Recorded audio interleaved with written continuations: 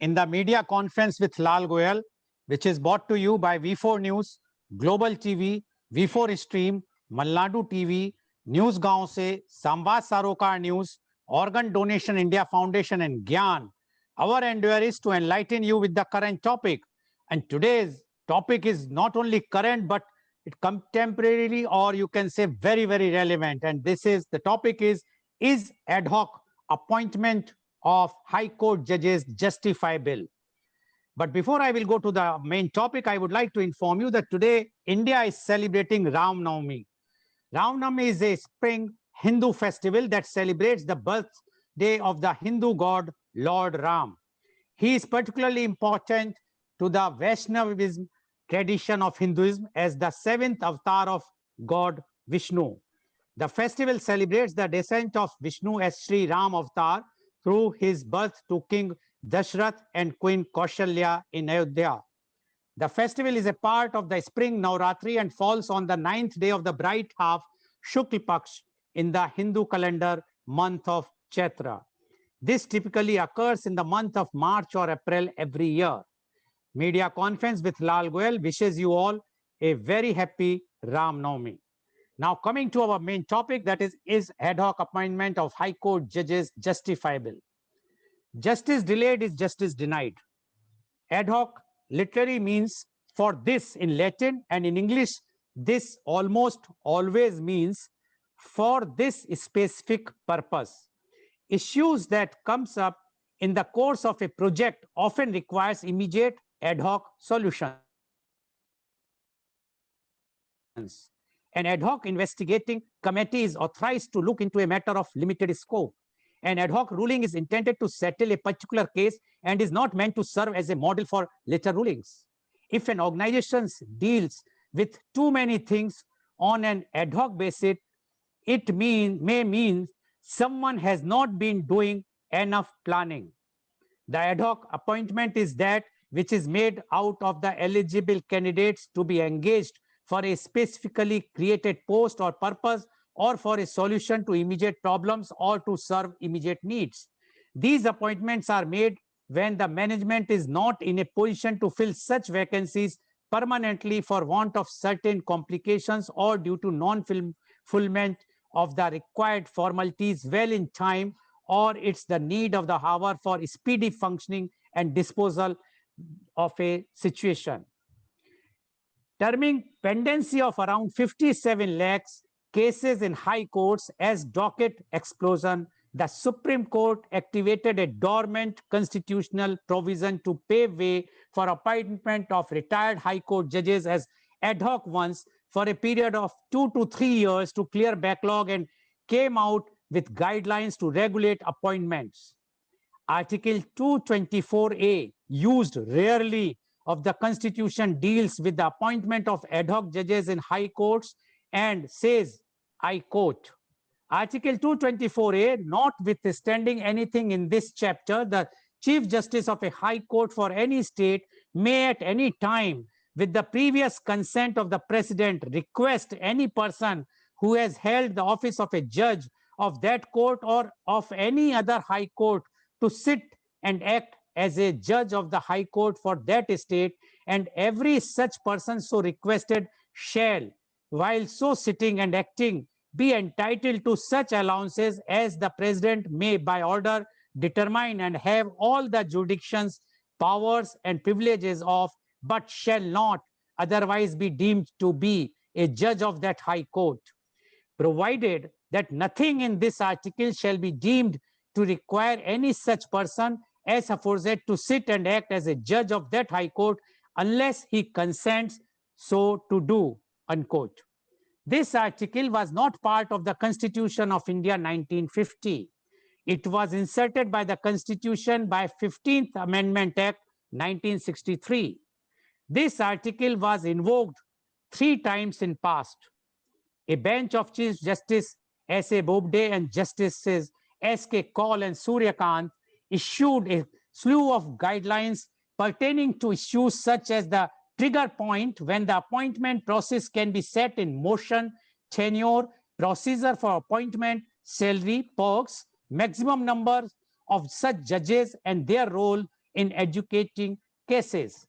The CJI wrote the 37 pages judgment on a PIL of NGO Lok Prahari seeking appointment of ad hoc judges in high courts under Article 224A in order to reduce pendency of cases. The bench said the guidelines at the stage cannot be exhaustive and sought a report from the Ministry of Law and Justice as to how progress has been made on appointments and fixed the plea for consideration after 4 months. It termed the case as the matter of continuous tremendous needing monitoring and said, we have taken the first step with the hope and aspiration that all concerned would cooperate and retiring or retired judges would come forth and offer their services in the larger interest of the judiciary. The guidelines cannot be exhaustive, and that too at this stage. If problems arise, we will endure to iron them out. We must set aside apprehensions, if any, to chart this course, and we are confident that there will be a way forward. The judgment said its intent was to activate a dormant provisions of the Constitution on the appointment of ad hoc judges to deal with the unprecedented situation arising from the backlog of cases pending in high courts, which has now crossed the figure of 57 lakh, coupled with the consistent ratio of vacancies of almost 40%. Observing that change is the only constant, the apex court said any constitution has to be dynamic, and thus, even if the intent behind including the provision was slightly different, nothing prevented it from being utilized to subserve and endure to solve an existing problem. It is credited to say that we have a docket explosion in our country, and that it is difficult for adjudication to take place within a reasonable period of time. This crisis situation must be tackled. Some innovation is always the rule of the game. In the present context, maybe a slightly different views has to be taken in respect of the purpose of Article 224A providing for ad hoc judges. It said, we say so as we are faced with the ground reality of almost 40% vacancies remaining in the regular appointments over the last 2 years, as we have already mentioned, and a number of vacancies arising every year are barely filled in by fresh appointments. Thus, it remains an unfulfilled challenge to bring the appointments process to such numbers as would be able to cover the vacancies existing and arising. Without enduring to blame anyone, a ground reality remains that there are manifold reasons for the same. On the issue of trigger point of activation, the verdict said it cannot be singular, and the discretion of the Chief Justice of a High Court is not constrained, but some general guidelines are required to be laid so that power conferred under the provision is exercised in a transparent manner. The process to appoint ad hoc judges can be initiated if vacancies are more than 20% of the sanctioned strength of the High Court and cases in a particular category are pending for over 5 years. More than 10% of the backlog of pending cases are over 5 years old, and the percentage of the rate of disposal is lower than the institution of the cases either in a particular subject matter or generally in the court, then the appointment process can be initiated. It also said Article 224A is not an alternative to regular appointments and emphasized this aspect, saying, we clarify that if recommendations have not been made for more than 20% of the regular vacancies, then the trigger for recourse of Article 224A would not arise.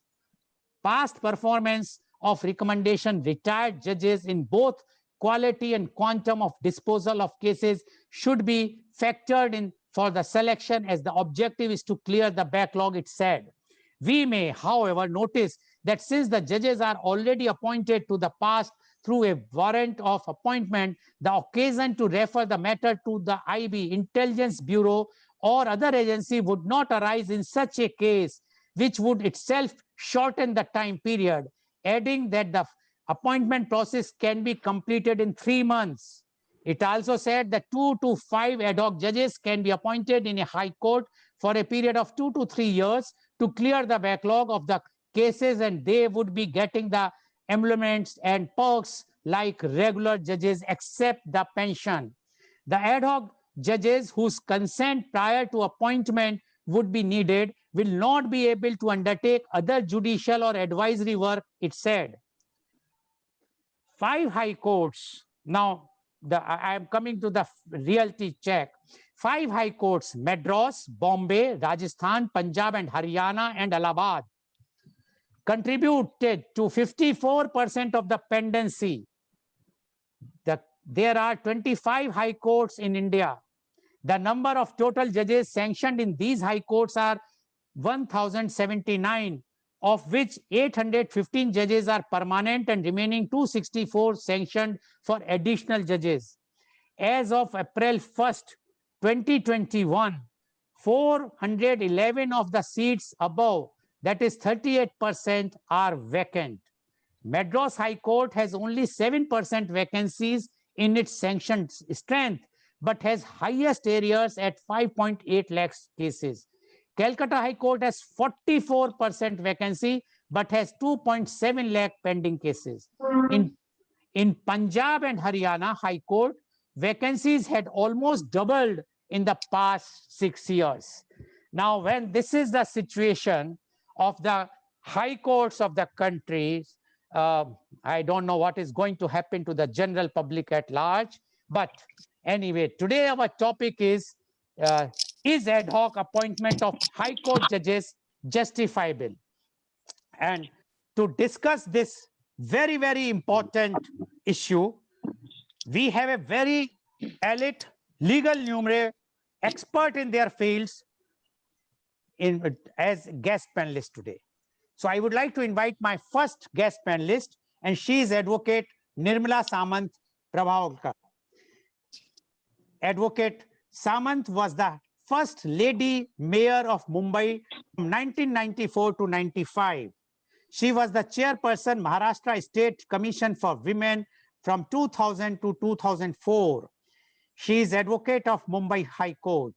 She was professor of law in Siddharth College from 1986 to 1990.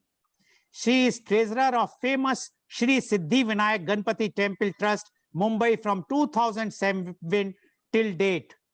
She did TV programs on DD Sahyadri in K. Kadyacha for Women and Society about legal rights and written many articles in print media. She is nowadays actively involved in creating legal awareness for deprived. Welcome, Advocate Nirmala Samant on our show. Advocate Nirmala Samant, although we have fixed this topic 3 days back or 4 days back, but yesterday the Supreme Court has given the guidelines about this appointment of ad hoc High Court judges. And today we are doing the program. I received many messages yesterday night, even today morning, from the students, legal law students, and they say that's a very, very relevant and contemporary topic. Definitely, you are having so much experience, not only as a social worker, not only as a mayor or the chairperson of Maharashtra State Commission for Women, but also as an advocate. Now, we would like to know from you, is ad hoc appointment of High Court judges justifiable? Advocate Nirmala Samant, please. First of all, I must thank you for inviting me as a panelist on your very important and popular show, media conference with Mr. Lal Goyal.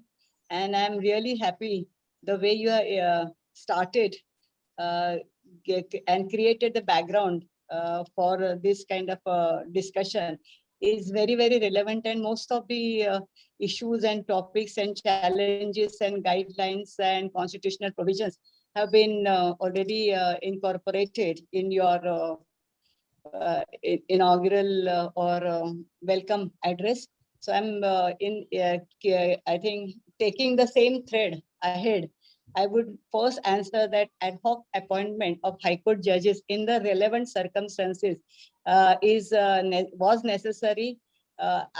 But that will definitely not underestimate or undermine or give less importance to regular appointments. Generally, regular appointments are preferred because it's time to interview the judge, and then there is a proper selection. The background check is taken care of, and a justice is done for the appointment of the judges. That comes under the regular appointment.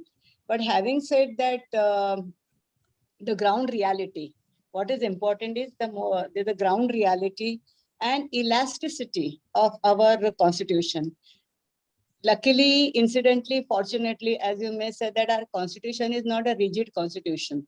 It is a very elastic, flexible constitution and has given ample discretion and power to change. As you said, that a change is constant and change is important. Otherwise, it will not fulfill the needs of the democratic setup. And that's why, because you said that we should not speak more, and therefore you will be questioning, and that is more important. Otherwise, if the question comes, then we can focus on the answer. So yes, I agree that the ad hoc appointment of the judges is relevant. It has been out of compulsion, not that anybody likes. And moreover, those judges who are appointed are already High Court judges. So that means they are experienced ones. They handled this position, and moreover, they are on the verge of retirement or they're already retired. And the appointment is only for certain period, 2 or 3 years. I think that, and the president consent is that salaries also must be not as big salaries as the sitting judge, but after retirement, the salaries hoti hai, with the cut and all that. Financial burden is also on the state or on the government, the treasury is not much. So I justify the ad hoc appointment of the judges because of the compulsion, constraint, no choice. As you said, that 57 lakhs pendency is there, and 30 years old disputes are still pending. So therefore, ad hoc appointment of judges was thought it fit for the government, sorry, not for the government, but for the judiciary and for the honorable president. Yeah. Okay, thank you, Advocate Nirmala Samant. One thing I will just clarify, because yesterday in the judgment, the observations what Supreme Court has done is, Honorable Supreme Court, they mentioned that the salary will be the same as the sitting High Court judge, except the pension, all the perks and everything will remain same. Yes, And sir. Yes, okay, sir. yes. Yes, But what sir. Advocate Nirmala Samant has mentioned is that because of the pendency of so much 57 lakhs cases, and because the procedure to appoint a permanent judge, regular judge in a high court is a very cumbersome, because the background check, their interviews, etc. And that's why it always delayed. And that's why ad hoc, according to her, ad hoc appointment of the judges is justifiable, and it is a need of the hour. And she says that it will at least help for the clearing the pendency. Clearance of, yeah, pendency. Yeah. Thank you very much, Advocate Samant. Definitely, I will come with a question to you in the next round when I will be asking about more things. Thank you very much. Now, I would like to go to my next advocate panelist, and she is Advocate Jyoti Pawar. Advocate Jyoti Pawar is practicing law for last more than 33 years in Mumbai. She has done masters in science and masters in law. She worked as a special public prosecutor in Session Court, Mumbai, and was on teaching faculty of JC Law College. In 1995, she was appointed as additional public prosecutor, High Court, dealing with important criminal writs as well as criminal appeals. Thereafter, in 1999, she was appointed as the head of writ appellate side, which gave her a chance to defend government in high stakes matters as well as public interest litigations touching social causes. She was in the panel of central government as senior counsel, Mahada BMC in the High Court, Mumbai. At present, she is practicing in High Court at Mumbai. Welcome, Advocate Jyoti Pawar on our show. Advocate Jyoti Pawar, please unmute yourself. Please unmute. Advocate Jyoti Pawar, please unmute. No, yeah, still not.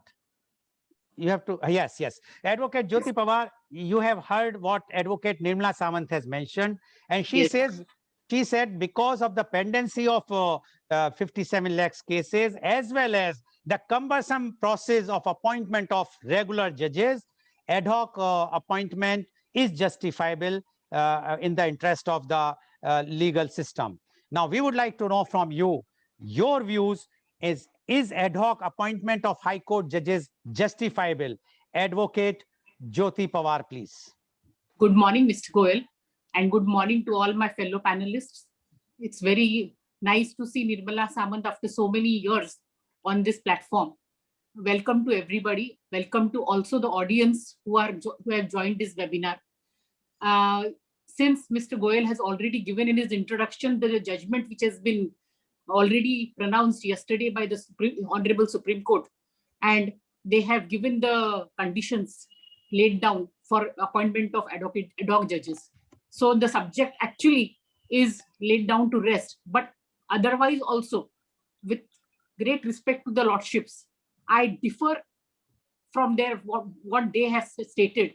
As being in High Court for about 30 years, practicing on the criminal side as well as civil side, I know what exactly happens in the High Court. And appointment of ad hoc judges is not going to solve the problem. Today, actually, a stand was taken by the Attorney General in the Supreme Court while arguing the matter from the Union of India that the vacancies which are there in the High Courts, they should be first filled, and then if at all they are not being tackled, then the ad hoc appointment should be made. We have so many now, as Mr. Lal has stated, we have so many vacancies pending in so many High Courts in India. Actually, I feel that if there is a will to fill these vacancies by the judiciary and also by the executive, that will work wonders.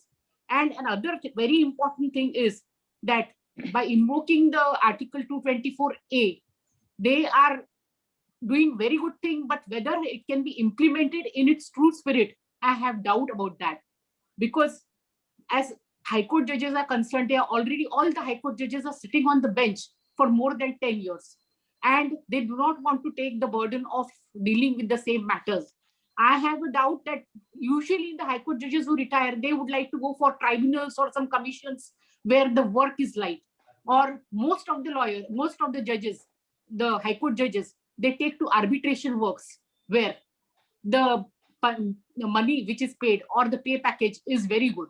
So I don't think so that anybody after retirement would like to take the burden of solving so many pending matters. And there my first doubt is that obtaining consent from such High Court judges will be the first difficult task by the Chief Justice. Now, as far as the appointment is concerned, they are saying that it will be not like regular High Court judges. But actually speaking, the memorandum of procedure, which was done by the executive as well as judiciary together, they have stated in that paragraph 24 will apply in this case. But everything is same except the IB report will not be submitted and the names will not go to the Collegium of Supreme Court.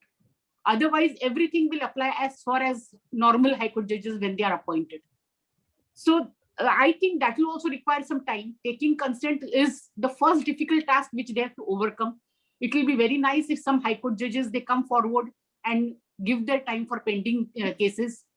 But as far as I am concerned, for the matters which are pending before the High Court, as far as Bombay High Court is concerned, because I do not know what is the actually circumstances in the other High Court, but Bombay High Court dependency is large. And the problem is this, that practically we have to solve this problem, and that nobody sees. Actually, the judges who are sitting today in the High Court, if they have fixed in their mind that they have to deal with so many matters today in a day, they can do it. But what has happened here, that when the senior counsel, say from senior counsel from Delhi, he comes there for a high stake matter, the problem is this, that they are giving leeway to argue matters for how many hours they want. And entire day is wasted. Rather, there is no point in giving so much time because senior counsel is appearing. Entire day is gone in arguing for interim relief in an admission matter. And that is how the matters get prolonged. And even if a junior comes, he is snubbed in the court. and immediately the interim relief is rejected or granted, whatever it is. So I feel that the time frame in the High Court for deciding matters should be fixed, whether it is a senior or a junior. Time limit has to be fixed by the High Court, looking at the stakes in the matter. I don't say that if ordinary matter is there, time should be given 2 hours, or if high stakes matter is there, 15 minutes should be given. Looking at the matter, the time should be given according to the stakes. Now, another opinion of mine is this, that as far as the criminal matters are concerned, the criminal department which is working, we can have a very dedicated team in the criminal department who can segregate matters where the pendency is such that the accused who are already in jail and have already in some cases they have already undergone sentence and still they are in jail because their appeal is not heard by the High Court. Such cases should be taken out. A special registrar should be appointed. He should see the order of the in the matter, and he should see that if the sentence is already undergone or it's getting over, he should segregate those cases and put before the bench for a formal order of releasing that accused. That is what I feel, how that way it can be, that burden can be lessened. The other thing is this, that interim relief matters. The interim reliefs are granted and the matters keep pending for years together. Some type of device should be taken out, that when the interim relief matters are heard by the honorable judges, they should try to dispose of the matter, if possible, on that day itself, so that the pendency decreases further.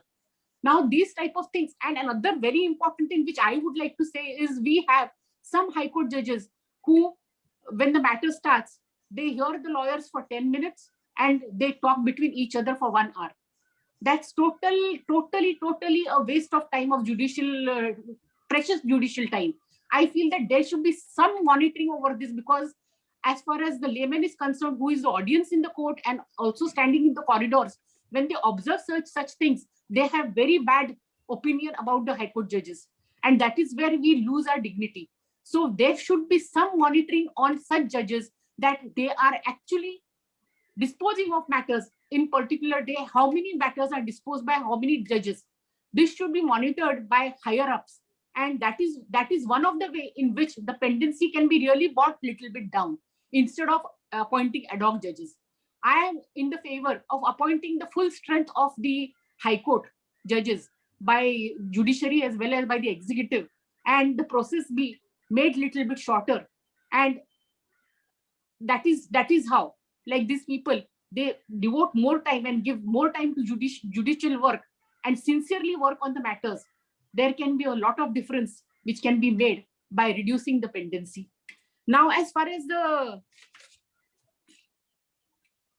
criminal department is concerned, as I said, that if at all we have a registrar who sees the orders and segregates them, they can be put before the judges. If small matters are there, like criminal matters, check bouncing matters are there, they can be segregated and they can be put before a single judge, and the orders can be passed in that. In this type of method, which works very nicely, this can be really adopted by the High Courts, and the disposal can really become very less. As far as the High Court judges are concerned, there is no question of interview, because that's a selection process and there is no interview for High Court judges. So even while appointing the regular High Court judges, it's a selection process. A person is selected and his consent is taken and name is sent to the governor. Now, as far as the retired High Court judges are concerned, as I said, that they are more interested in lighter work. I do not know or have doubt as to how many judges will come forward for accepting such cumbersome work, like working on the pending cases, which the files are pending for years together. Because usually I have seen in the High Court, when appearing myself, some of the judges in very old cases, which were very big briefs, they used to always say that, oh, such a huge brief, let it be, take out some other matter. So they have these problems, and they don't want to really work on the matters which are really high stakes matters or which take a lot of time. They want to decide small matters which can also show disposal in their name. So these type of things, some machinery has to be there, which should also monitor the working of High Court judges. in that way, really the pendency can be brought down. I would say that. And since there are going to be question and answers on this topic, I would like to answer if any questions are raised in this. And I thank each and everybody for giving me this chance to speak on this platform, particularly Mr. Goel, who has been always daily holding webinars on different issues touching human lives and society. Thank you so much. Thank you very much, Advocate Jyoti Pawar. And Advocate Jyoti Pawar differs with Advocate Nirmala Samant, and she says why ad hoc judges are required, because her reservation is, number one, those judges who have been retired will not be going to give consent so easily, because they are fed up with the burden and the working, and after the retirement they are getting arbitration or those things where they are getting far more money than this money which we are going to get in judgeship, as well as because they are working day and for so many years, at least 10 years, according to Advocate Jyoti Pawar. And Advocate Jyoti Pawar has given many suggestions how the pendency can be reduced. Only thing is that judges has to change their mindset, and she has mentioned few things which everybody has heard, so I need not to repeat. But one thing is very clear: Advocate Jyoti Pawar is not in favor of ad hoc appointment of High Court judges. Thank you very much, Advocate Jyoti Pawar, for giving your views. Now I would like to invite my next guest, and she is Advocate Anita Mahapatra. Advocate Anita Mahapatra is a renowned lawyer practicing in Delhi High Court, Supreme Court of India, and also all district courts in Delhi and NCR. She is a passionate runner, a theatre actor, and a fitness freak. Initially, she joined BPO industry to have a quick money, but after 5 years, she pursued her career in law field and started practicing law. Today, she is a partner in Attorneys Alliance Law Firm in New Delhi. She believes in that we are born as a human to help each other. Our life is not only to live for ourselves, but to give something to the mankind, to the society. Her purpose in life is to inspire people to serve, to help, to care, to do whatever she can do. She is highly organized, sincere, punctual, and self-motivated person. Her law firm is giving services to people who are not having access to justice, who cannot afford high fees of lawyers. Welcome, Advocate Anita Mahapatra on our show. Advocate Anita Mahapatra, you have heard what earlier panelist Advocate Nirmala Samant as well as Advocate Jyoti Pawar has mentioned. And Advocate Nirmala Samant says that ad hoc appointment of High Court judges is very good move by the Supreme Court or by the government. But Advocate Jyoti Pawar differs, and she says no, it is not a good thing to do the ad hoc appointment. Rather, we must try to create that atmosphere so the pendency of the cases can be lessened. Now, we would like to know from you your views on, is ad hoc appointment of High Court judges justifiable? Advocate Anita Mahapatra, please. Thank you, Mr. Goel, Lal Goel, for giving me opportunity to speak on today's burning topic, whether it is justifiable to appoint High Court judges on ad hoc basis. So good morning, listeners. Okay, let me first tell you how this question has arisen, because this invocation of 224A of the Constitution Act was never used before, and it was inserted in 1963 in the Act. So it's now 58 years that this has been, arisen. This question has been arisen because one NGO, Lok Prahari, which Mr. Lal Goel has already said about it, that they have filed an PIL invoking of Article 224A of the Constitution of India for using the services of former High Court judges to decide the pending cases. And this PIL is being heard by Chief Justice Sharad A. Bobde, heading a special bench of Justice S.K. Kaul and Surya Kant, which has already been stated by Mr. Lal Goel. And yesterday only they have passed the order as well.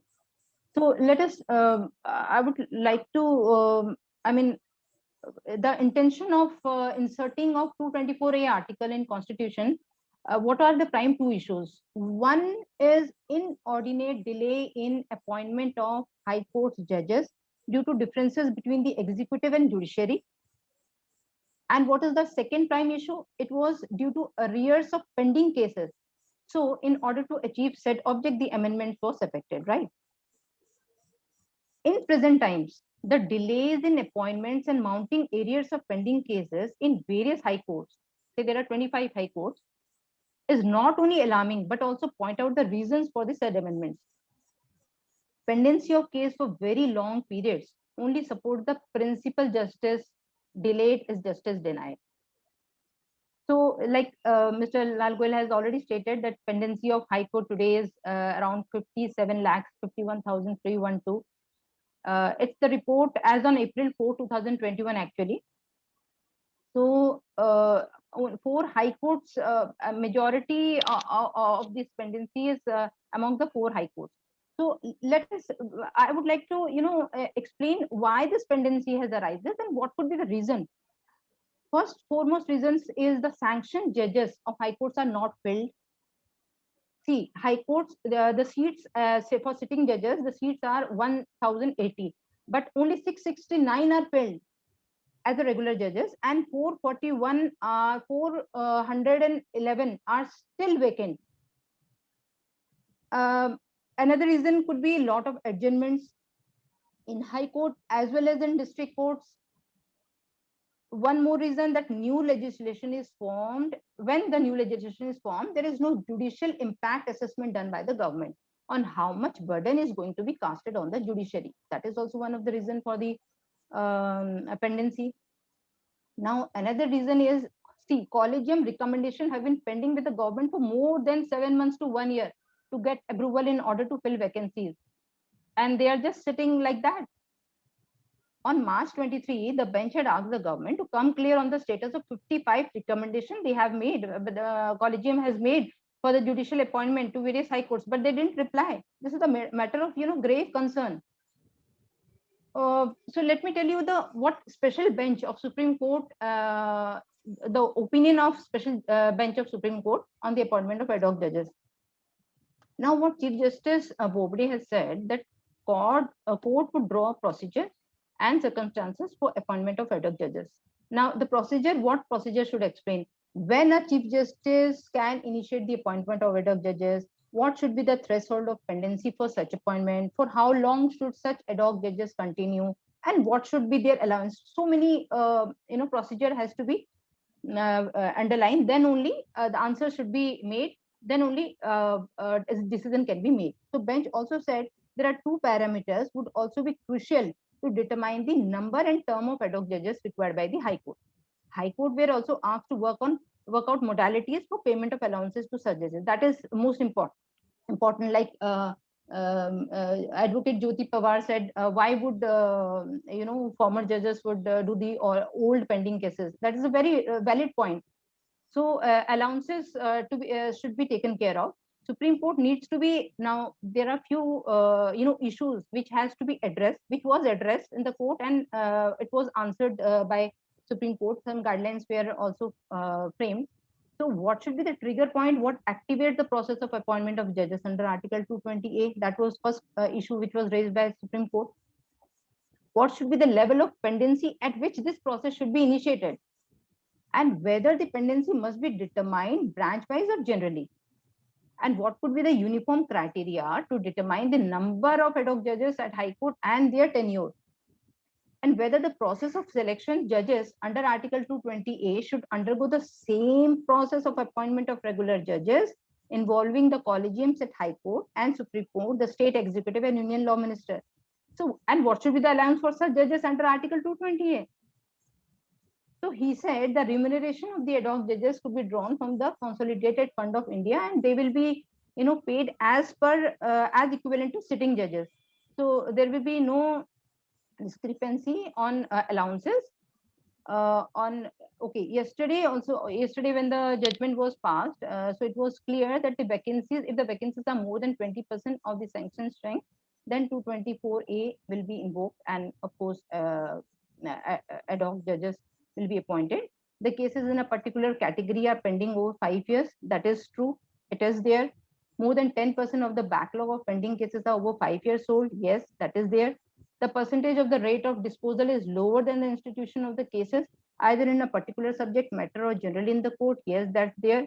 And if there are not many old cases pending, but depending on the jurisdiction, a situation of mounting error is likely to arise if the rate of disposal is consistently lower than the rate of filling over a period of a year or more. Now, see, the Supreme Court emphasized that ad hoc appointment cannot be substitute for the regular appointments. That is very clear.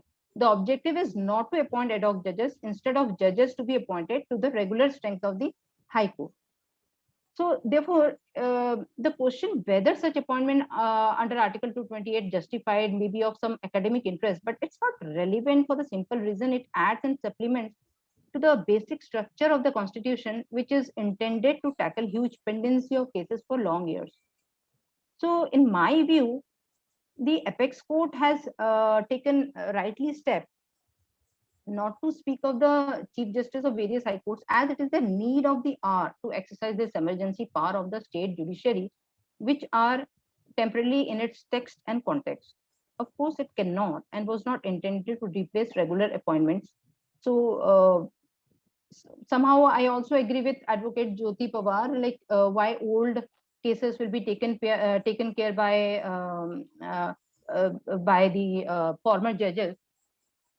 One alluring thing could be the allowances which they will get as per the sitting judges. Even housing facilities will be there. And the one thing which will discourage them, they will be considered junior to the sitting judges. And they are a retired personality, and they will be junior to the sitting. That would definitely discourage them. So that is my point of view altogether. And thank you, Mr. Goel, once again. Thank you, all the panelists. Thank you, all the viewers today. Thank you very much, Advocate Anita Mahapatra. Just one clarification. So are you in favor of this ad hoc appointment of High Court judges or against?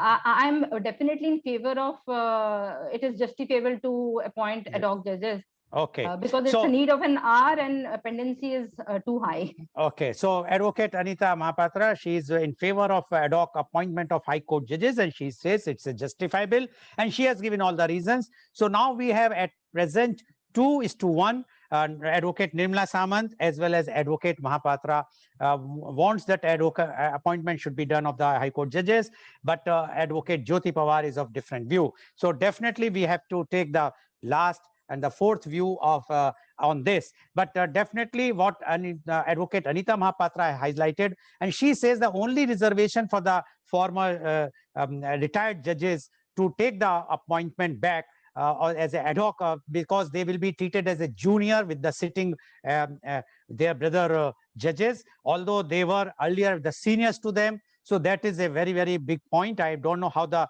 judges will digest, because there is always a protocol as well as, but she says because the allowance and because of the perks which they are going to get, and especially the housing, which is a really tough thing, especially in the cities like Delhi and Mumbai. So that might be one of the attraction.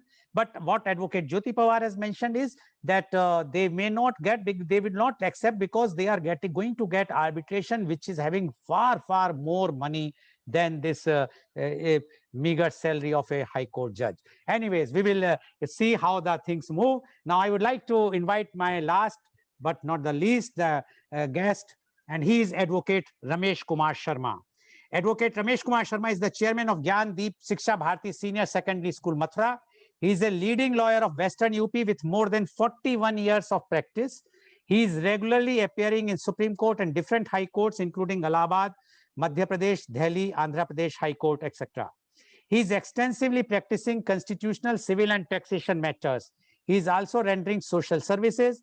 He is secretary of Kans Nikandan Trust, Mathura.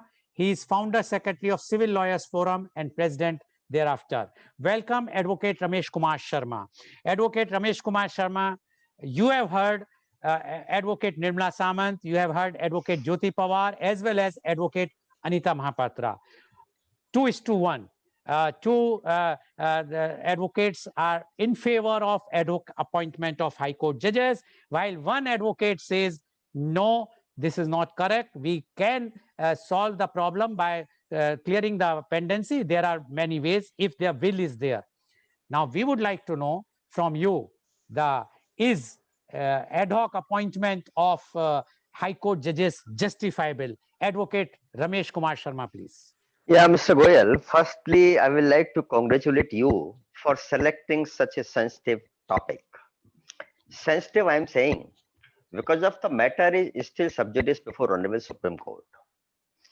An interim mandamus has been issued by the Honorable Supreme Court day before yesterday, and they have to observe the matter, and some further directions are yet to be issued, and matter shall be directed to be listed after 4 months. Anyway, coming to the topic. Firstly, I will like to say how this Article 224A comes into play. Such article was initially there in our constitution at the time of framing of constitution, and it was Article 224. Previously, Article 224 says for ad hoc appointment of the High Court judges in case of heavy backlog or increasing of the work. That provision was substituted by a new Article 224 in 1956. And the present 224 is for appointment of additional judges. At the place of ad hoc judges, the word was used additional judges.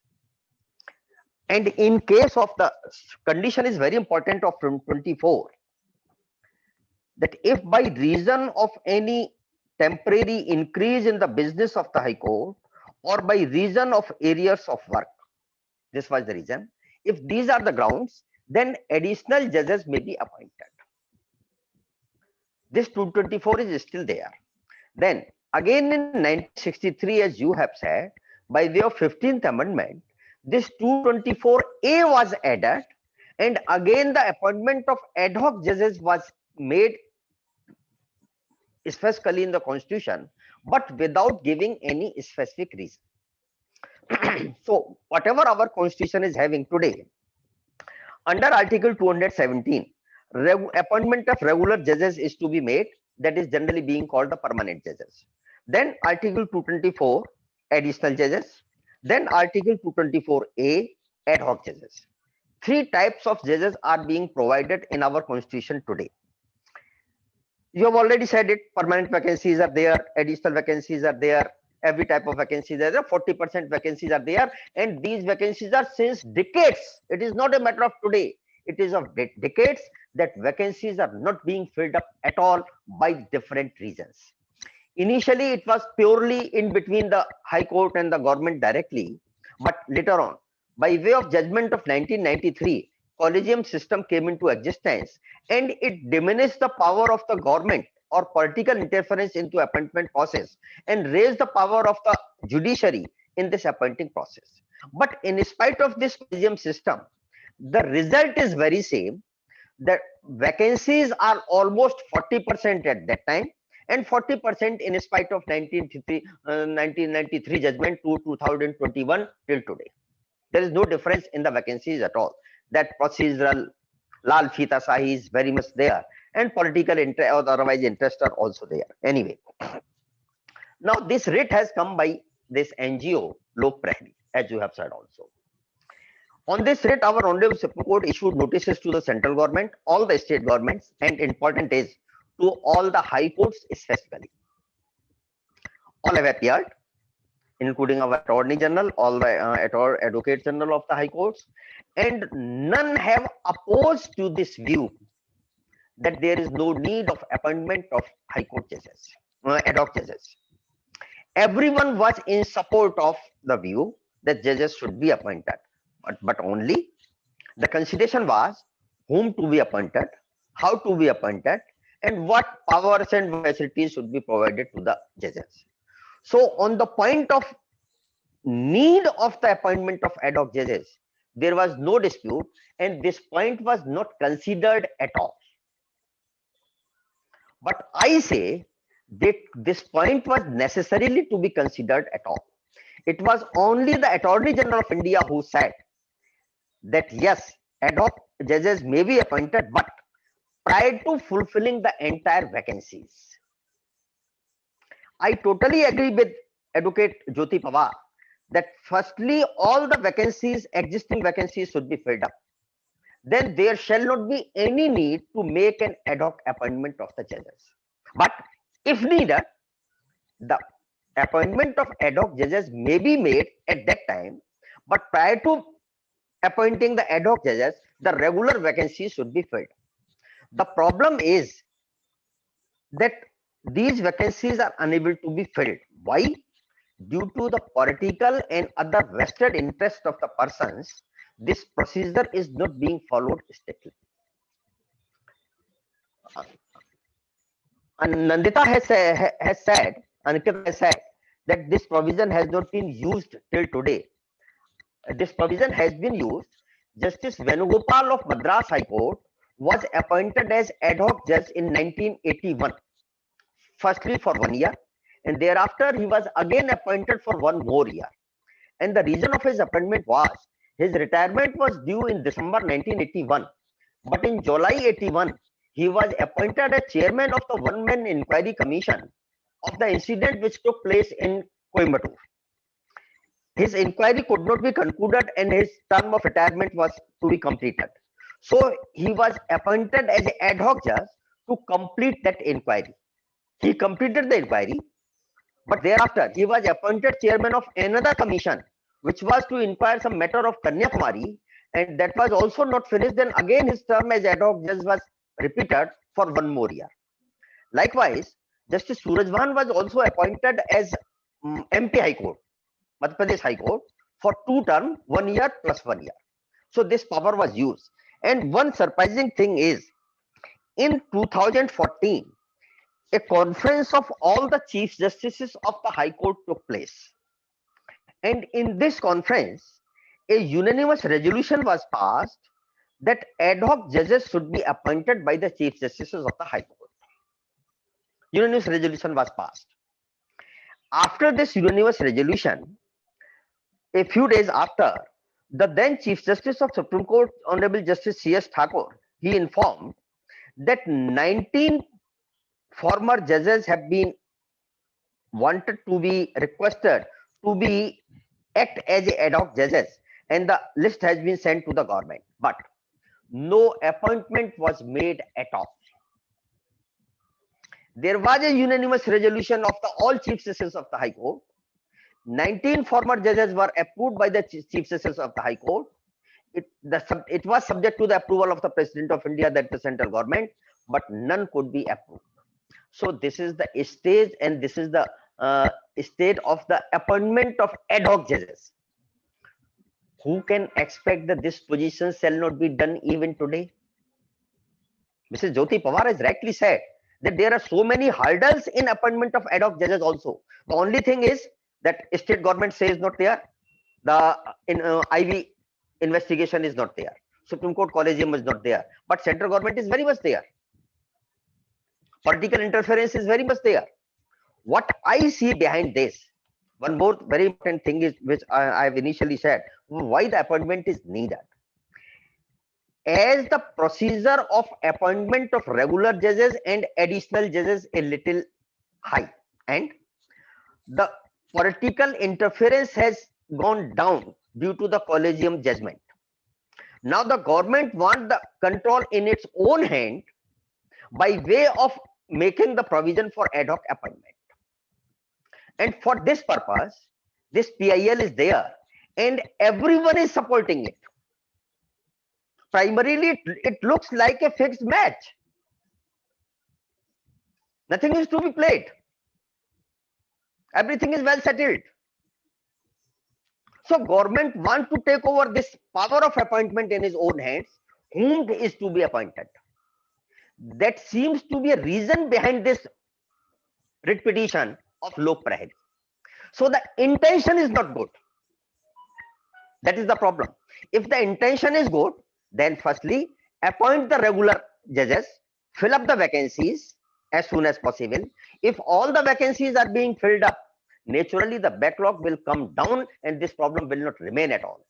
Otherwise, you will make the provisions and political interests shall go on. Even this ad hoc appointments and ad hoc judges, as Ankita has said, as Mr. Jyoti Pawar has said, they could not do anything and this will remain like that because of the way of working, as Jyoti Pawar has said, with very great respect to the judges of the High Court, it is not satisfactory at all. And it is also a big reason of accumulating this huge work, pendency of the work. Infrastructure is also not proper, but way of working is also not proper. So I totally support Mr. Jyoti Pawar that it is not required, and if required, after completing the vacancies, then ad hoc judges may be appointed, but not prior to that at all. One thing I would like to say, this suggestion was made by the Attorney General before Honorable Supreme Court, but Honorable Supreme Court has rejected this suggestion of the Attorney General, stating that this will frustrate the purpose of the appointment of the ad hoc judges. Actually, the purpose of the ad hoc judges was like that of the appointment of Justice Venugopal in Madras and Justice Surajvan at MP, for other purposes, not for all these purposes. Now, these guidelines says that these regular judges, they cannot sit in a fresh matters, they cannot take any interim matters, they can sit in a division bench, but only if both judges are the ad hoc judges, not otherwise at all. So they will definitely feel a subordination to their junior, as Ankita has said, and that shall be a problem naturally. So in spite of this ad hoc appointment process, I am not seeing that this problem of backlog is going to be solved at all. The true work shall be that we should create a true intention and fill up these vacancies which are pending since decades of the years. Thank you, Mr. Gaur. Thank you very much, Advocate Sharma, for giving the details. And Advocate Sharma is of the view that this is not a clean PIL. And he says that there might be, because they are bypassing the collegium, they are bypassing the state government say, and they are also bypassing the IB report. And according to Advocate Sharma, he is against this ad hoc appointment of judges, and he has given all the reasons, and he said how it was done in the past, but it was for some other purposes, not with this purposes, and he has given all the details. Thank you very much, Advocate Ramesh Kumar Sharma, for giving and elaborating so many things. I'm sure our viewers now, after listening all the four legal luminaries, are quite enlightened, because what we read in the media or what we are seeing in the media nowadays, the media is only because of the corona. That's a very important aspect. But still, when such things are happening, we must know what is happening, why it is happening, and why it's so in hurry. Otherwise, in India, so many PILs have been filed. There is no, we can't see the light of the end of the tunnel so easily, what we are seeing in this. Anyways, now my question goes to Advocate Nirmala Samant. Advocate Nirmala Samant, why ad hoc? Why not regular judges? You are bypassing a collegium. A system has been made. Now, collegium, either one can argue that the collegium, the Supreme Court judges are lazy. They are not. I will say they are not fit to be on the collegium. If they are fit on collegium, can't they take a decision once the recommendations come from the High Court that these are the judges to be filled up? After all, they have to just decide on those things. They have to see those last 3 or 5 judgment of that particular judge and whatnot to appoint the regular High Court judge. What is in the guidelines? But here you are bypassing a collegium. Now, if you see in another way, don't you think that the power, because the president means in India, as everybody knows, the government of the day. Not the president is just a rubber stamp. We know very well. So with all due respect to the high office of the President of India. So it means now the government of India, whatsoever they want, if they feel that these 5 people or 3 people to be selected from Mumbai, they will be good for their many reasons, appoint them as an ad hoc with bypassing everyone within 3 months. And then 2-3 years, they are there to safeguard their all the old issues. If they, according to Advocate Sharma, only those cases which are not an interim or the new, I don't know, I have not studied that, but I will ask this thing. So don't you think there is a political move in this? What you say, Advocate Nirmala Samant, and especially when you are also quite involved in politics? Yeah. First of all, I will appreciate Jyoti, Advocate Jyoti Pawar, her conviction when she says that she is not in favor. I appreciate the conviction of the agreement, arguments in Mr. Sharma, and I appreciate Mahapatra in favor. Now the question remains that assuming I buy a argument and conviction, because the what Jyoti Pawar has said, that is exactly the situation is there. And with due respect to her sincere opinion, I also support her. But when the question, and also Mr. Sharma, who has said that it may be like no argument, it may be like a match fixing, because maybe judges are interested in having ad hoc appointments while because nothing is happening on the regular appointments. My approach is little bit different as an administrator, as a political person, and more as a social activist with a background of legal, being a legal personality. मैं ये सोच रही हूँ कि there are other aspects. Assuming that we make all full appointments, okay, we buy your argument and your argument is accepted, Mr. Sharma and Jyoti ji, and full instead of ad hoc appointments. We make regular appointments, collegium is there, jaise man ke jaisa ho gaya. Still there will be pendency. Okay, you cannot say that there will be a magic, and because of appointment fully, even you appoint thousands and 2,000 judges for a whole of India, still the argument will be there, the pendency will be there. So we have to look into little bit out of box also, कि इसको खत्म कैसे करें, how to overcome the pendency and how to see that pendency is not happening. आपने बताया कि pendency होती है because judges are also giving little bit more time to senior and all that. These are the practical difficulties and practical things which are happening. As a colleague, judge, as we are a colleagues, we have to accept each other because nobody is having personal agenda in it. These are the difficulties.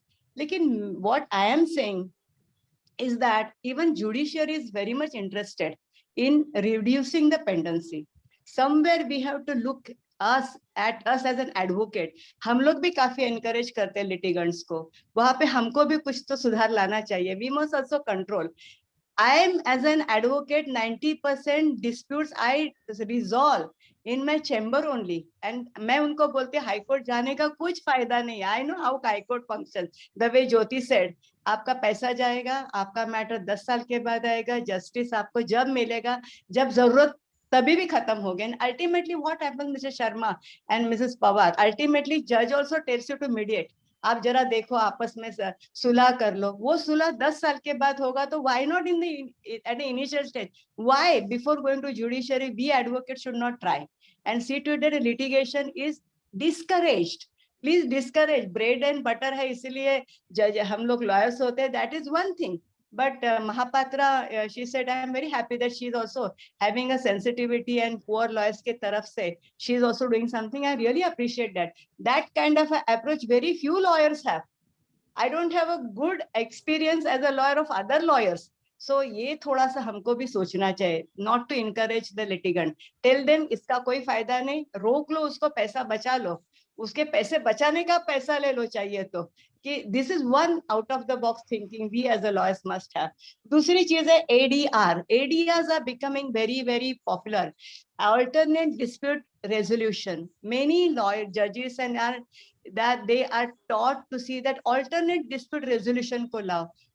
Why not? While the matters are pending, and आप मुझे बताइए, you tell me, 100% अगर pendency को देखेंगे तो only 20% matters are very very important.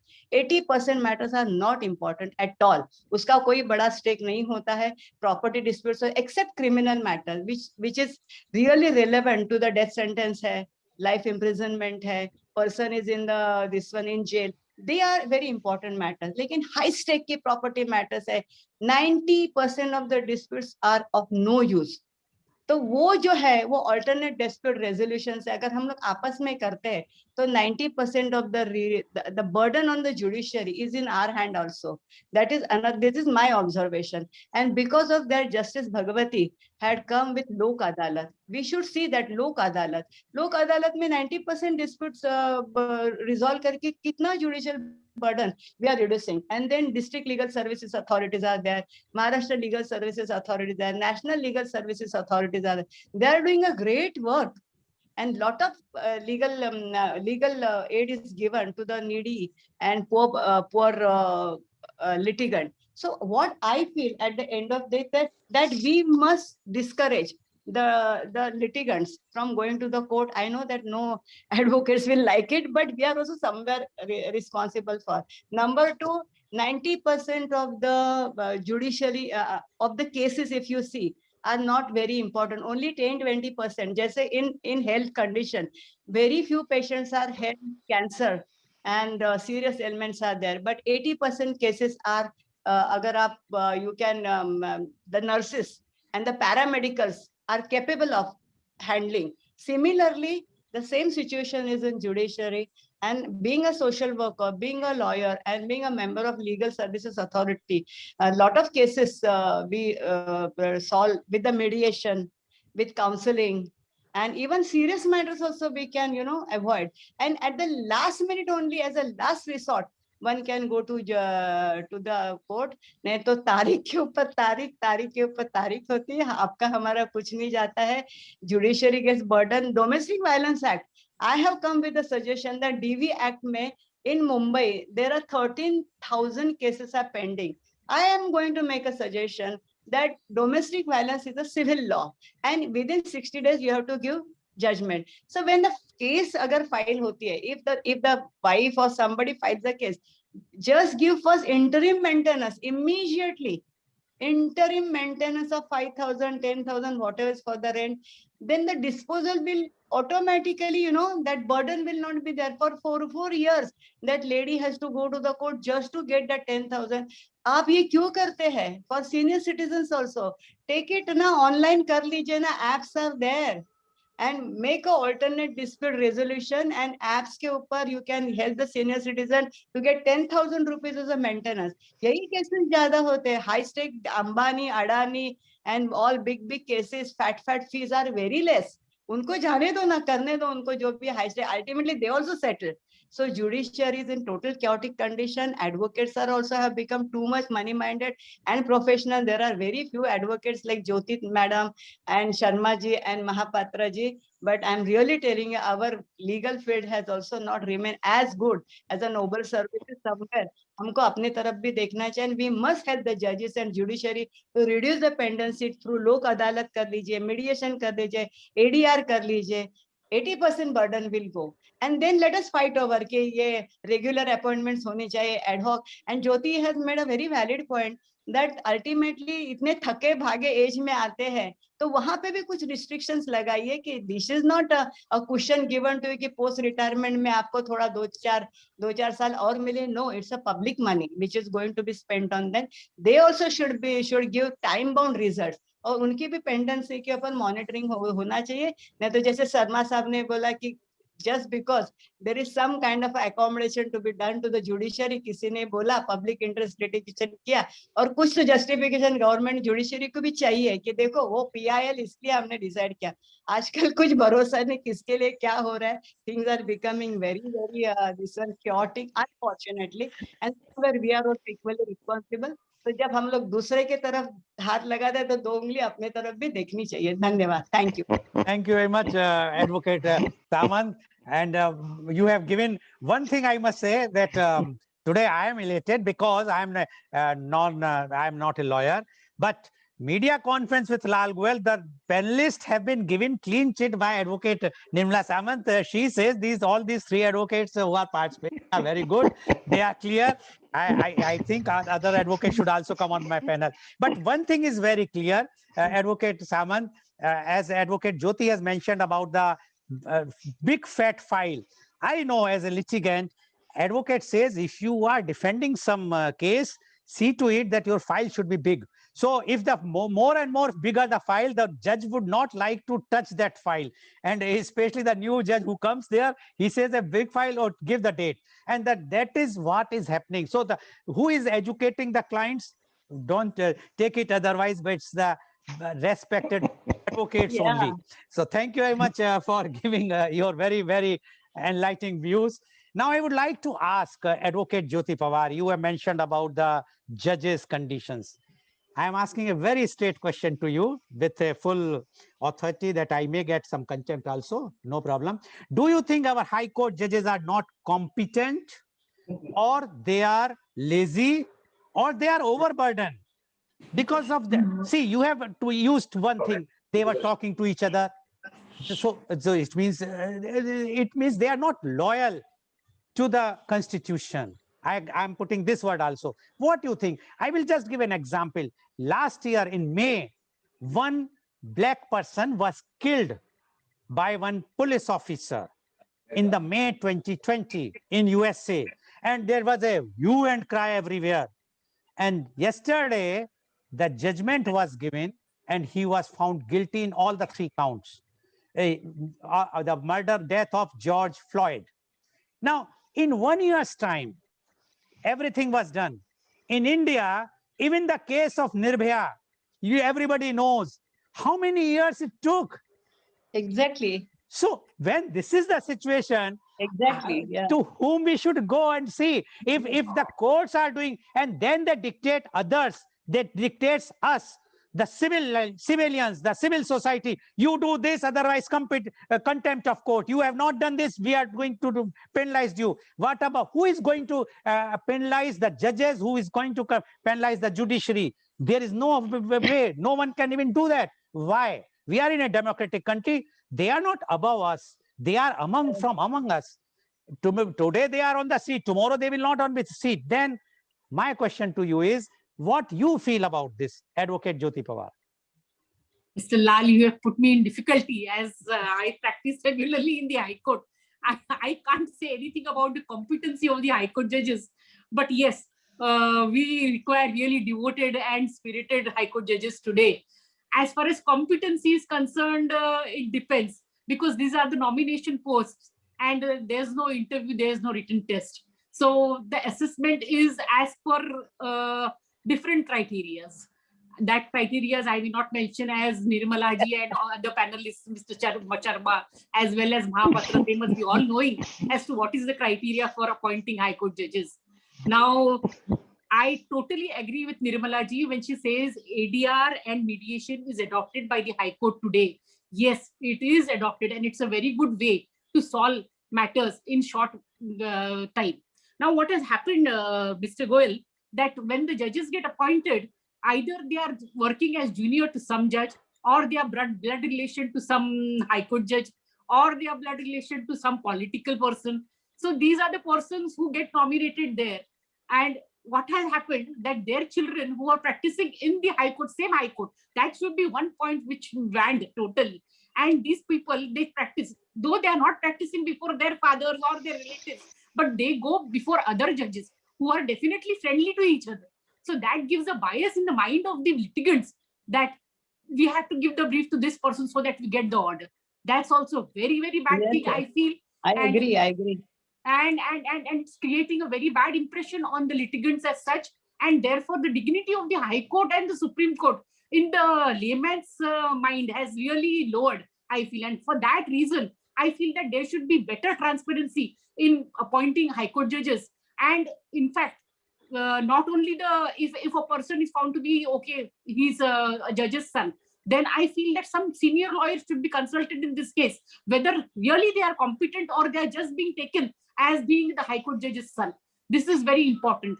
Even the judiciary has opposed the National Judicial Commission for this reason only, that their dominance should be remaining on that.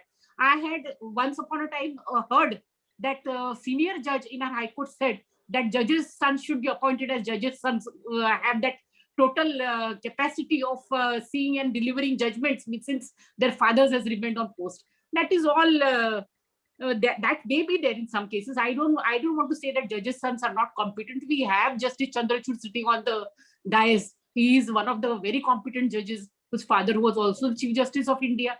I'm not Mr. Justice Bobde, who is a very competent judge from Nagpur, who is a CJI, fortunately. So, it's not that I'm speaking generally. But yes, there is some requirement of taking view of some senior members of the bar while selecting the judges and taking their written objections if they have any and putting it before the Supreme Court Collegium. And as far as the political and judiciary is concerned, they will always be at loggerheads because they want their own people and these people want their own people.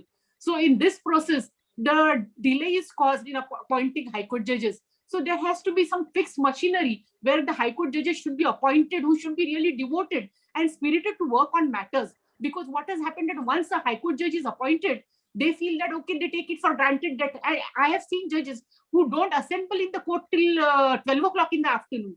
They come at their own convenience. They go at their own convenience. They talk in the court other than matters. This is, I feel, and this is very, Nirmala will definitely agree with me because she has been also in the courts. And this is how the time is wasted. I have seen day in and out that judges are not devoted to the matters at all. And they keep on talking. I actually, as far as bail matters are concerned, when criminal matters are concerned, certain matters are such that while granting bail itself, the matter can be disposed.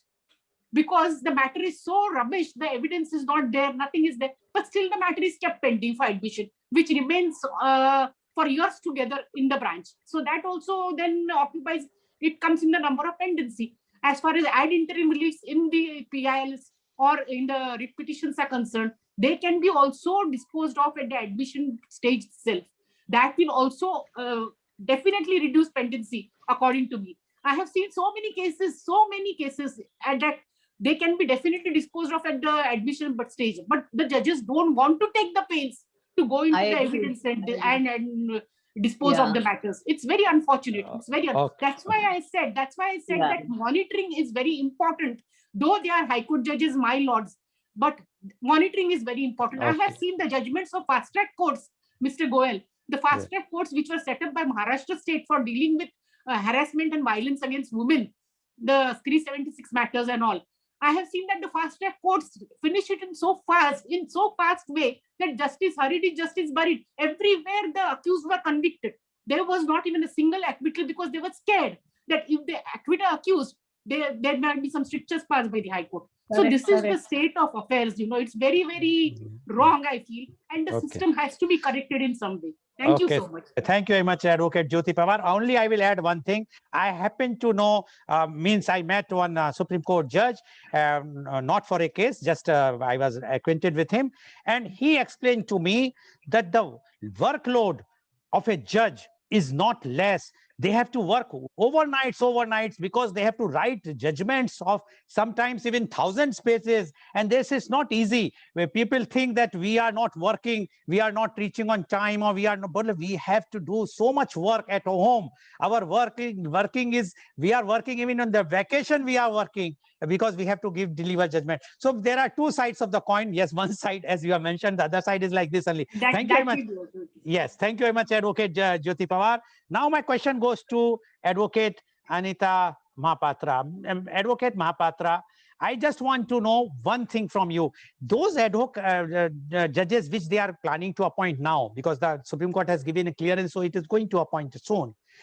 Will they be given a specific type of cases, or they can sit with the CJ, with the Chief Justice of a High Court, or for the important matters which High Court is dealing?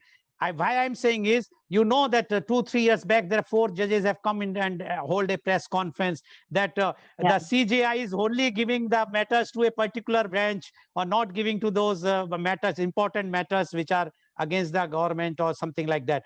Is there any provision in this judgment that they cannot sit with the Chief Justice, or the Chief Justice cannot provide them those important matters which are coming to them? Advocate Anita Mahapatra, please.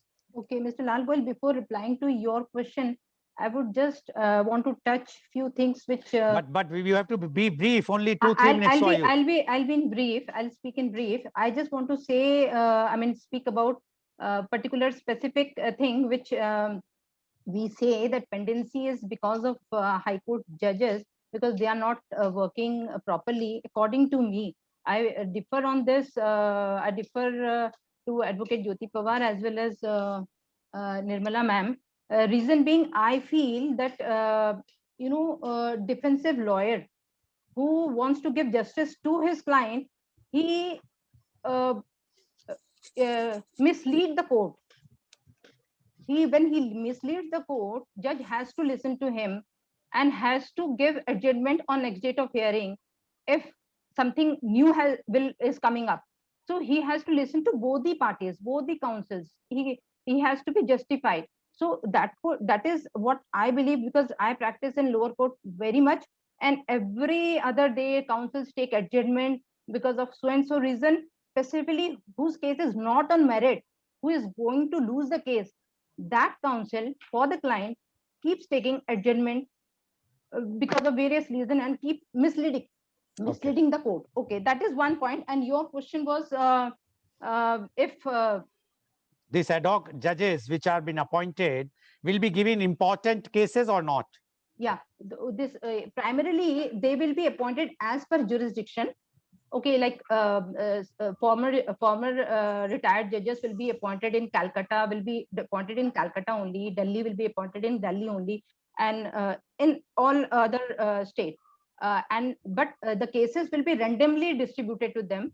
Only Correct. old cases and pending cases, that Yes. too prior to 5 years old. Correct. Okay, so they will not be given the Correct. new cases, only the old Not- cases of 5 years also. Absolutely. And at random, not as Random. per choice.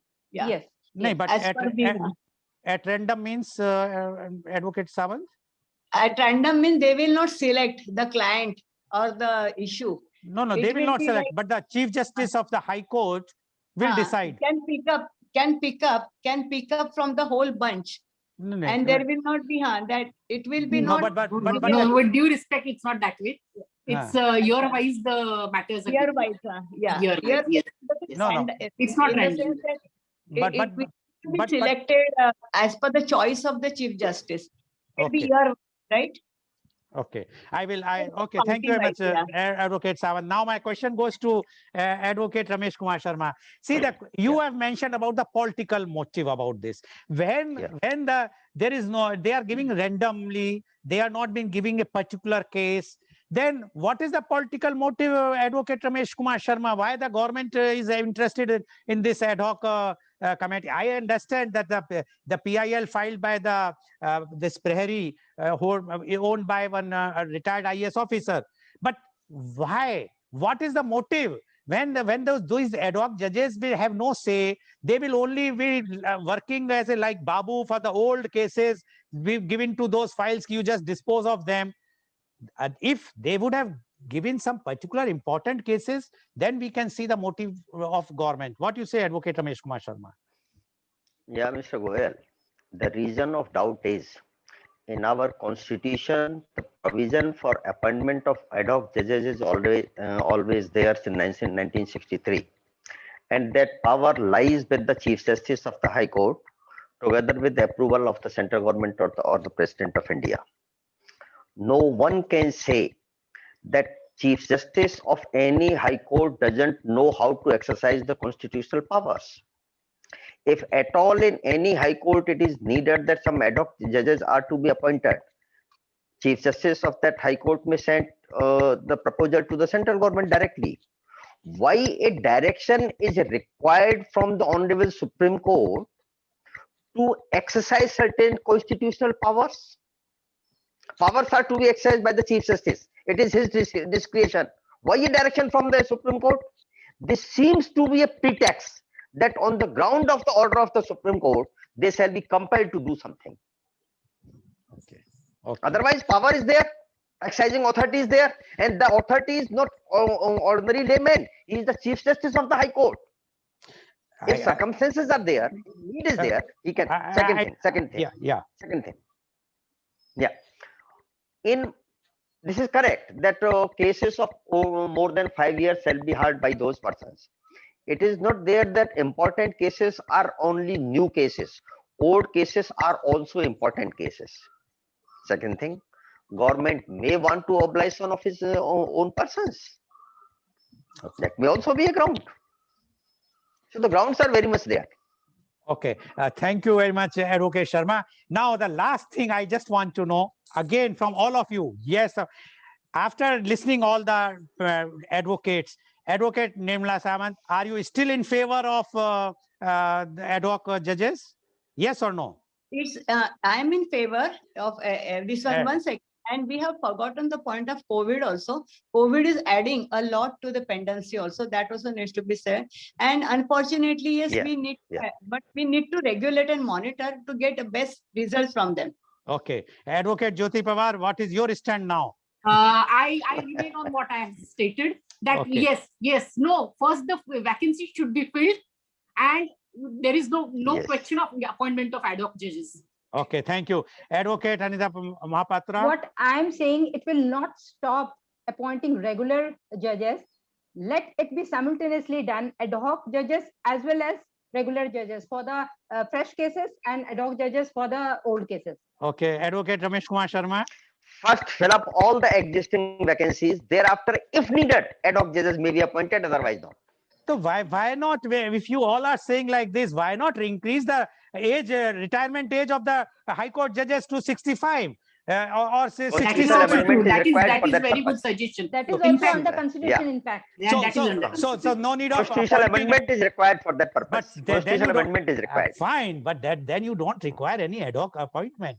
Anyways, Yes. Yeah, definitely. Thank you, definitely. thank you very much. So today you have seen about the two leading advocates and the other side two leading advocates. So basically it was like a prosecution and defense or whatsoever we will say, the two sides, but they have given their points and they are in one way they have agreed that the regular vacancy should be filled up, and then if required one should go for ad hoc thing. And one suggestion which I gave the last, which they all agreed, is why not increase the age limit? If that is so much pendency is there, if they can't appoint a new judges from the so many lawyers who are there in India, then they should increase the retirement age of the High Court judges to 65, and from 65 of the Supreme Court judge can be 67 or even 70, because when our politicians can work for up to 80 years or 85 years, why not the judges can work?